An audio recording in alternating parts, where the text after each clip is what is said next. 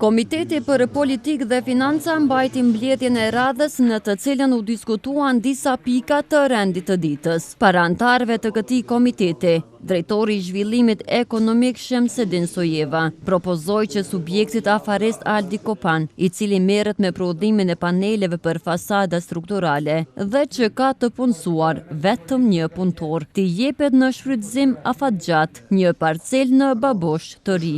E për këtë reaguan anëtarët e këtij komiteti, duke thënë se dyshojnë në seriozitetin e kësaj firme, marr parasysh faktin që ka vetëm një punëtor. Komisioni për dhënë pronat e ka vlerësuar ka shkollë në fitues, që është kjo Aldi Kopan, Në ka pasur një ankesë, ka pasur një komision tjetër që e ka vlerësuar këtë ankesë, dhe këtë ankesë ka shkollë pa boza, e pas ka vlerësuar dhe pas ka përsëri pas ka shkollë fitues për të njëjtën firmë. Në rast se ne do të kemi këtë lloj forma dhënë konkurse, nëse nuk do të kemi ndonjë firmë serioze e cila i përmbush kushtet, kjo është ato çfarë ne do të kërkojmë, do të ishte shumë mirë që të anulojmë këtë procedurë, se sa domosdoshmërisht ne i japim dikujt. Është spoku për ne që jemi këtu, por kurse për anëtarët e vendit ka aq pak informacion se pse kjo firmë është shkollë fituese. Përveç se ka thënë që do të investoj 2 milionë e 100.000, do të punojë kaq. Kur vërtet nëse japim një tokë atje, për 9 vjet ta dimë që kemi dhënë një firmë serioze, e cila nuk do të dështojë në start, apo do të gjeneroj investim këto vende punës, po edhe shumë më shumë. Drejtori, ka shumë pak informacion që për ne, na të morëm një vendim atje, ko që të sigur që kemi na morëm një vendim për interes përgjithshëm. Dyshojmë që është morë më shumë vendime për interes të mbushur. Ndoshta ne si Komitet për Politikë e Financa si anëtar kemi pak informata për këtë kompani. Komisioni besoj që ndoshta ai më shumë ka informata dhe është mirë që ata neve më na furnizu me këto informata në rrjetin e arshme që e kemi. Për arsye se edhe unë për veti personalisht mendoj se si ofertues, domethënë është diçka e pakafshme për momentin që ka vetëm një punëtor, edhe për me njëherë si biznes të banë të arrin me punësu 60 deri në 80 punëtor dhe me investu deri 2 milion.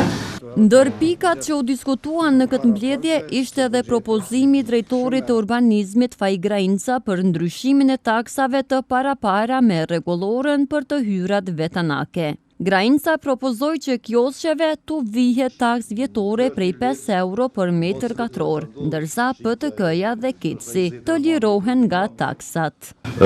Keci edhe PTK-ja lirohen nga taksat në për rrugët publike, në për fatkeq lirohen. Prandaj edhe ne kemi pasur shumë dilema në këtë drejtim, kemi pasur shumë presion për këtyre kompanive dhe më në fund kemi orë në përfundim se në bazë të ligjit ne nuk kemi drejt që të aplikojmë taks. Tash pas pikës 5, tu e keni dikon, kemi parapat që të shtohet një taks edhe për kiosët, çmimi vjetor prej 5 euro për metër katror. Do më thonë, kemi vrecën në rregullore, nuk kemi taks për kiosë, kemi kërkesa për kiosë. Unë e di që ka qenë një marrëveshje me një kompani që ju kanë dhënë administrimit të gjitha kiosëve në komunën tonë, për këtë arsye ne deri më tani nuk kemi dhënë asnjë leje për kiosë, por jemi duke biseduar me atë kompani për arsye se ajo deri më tani nuk e ka plotësuar asnjë obligim ndaj komunës, ja kemi thënë një shkresë, nuk na është përgjigjur fare, do thotë në de facto gati nuk po dihet as pronari dhe ne jemi në rrugë që ta ndërpresim atë kontratë me të dhe natyrisht pastaj do t'ju nënshtrohemi kërkesave për kiosë dhe kemi parapat që çmimi vjetor të jetë prej 5 euro për metër katror.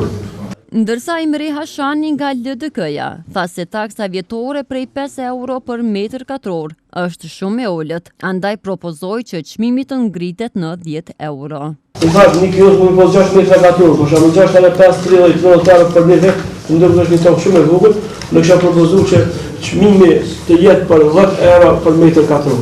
E pika e rendit të ditës që ka të bëjë me buxhetin për vitin 2017-2019, përkundër rëndësisë që ka, është paraparë që të jetë e 15-ta për diskutim. Kjo u pasi e parasyshme nga shefat e grupeve kuvendore të PDK-s dhe vetëvendosjes.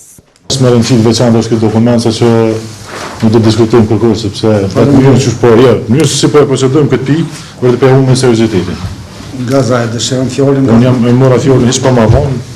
Edhe po e vazhdoj, kështu që po e ke përdori këtë lloj, po vërtet është çështje që po dëshojmë ta besojmë që ne po e trajtojmë kështu buxhetin.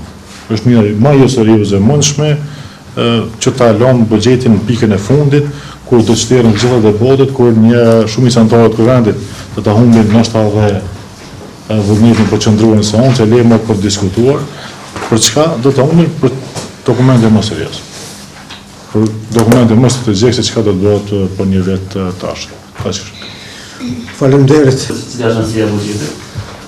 Është nësë logjike që ndryqen pika para minër mas matimit të përbërbar. Kalkulohet të kuptime shumë gjëra, pastaj edhe është pjesë që kemi ta miratu, dhe ta dinë edhe që përpara. Duke u përgjigjur bytyqit e Zekës, kryesuesi i kuvendit Faruk Guri u arsytua se pikërisht për shkak të rëndësisë, kjo pikë e rendit të ditës është lënë për në fund. Natyrisht, unë thash edhe në fillim, për shkak të rëndësisë si buxhet edhe seriozitetit të diskutimeve të cilat do të bëhen atje, është lënë.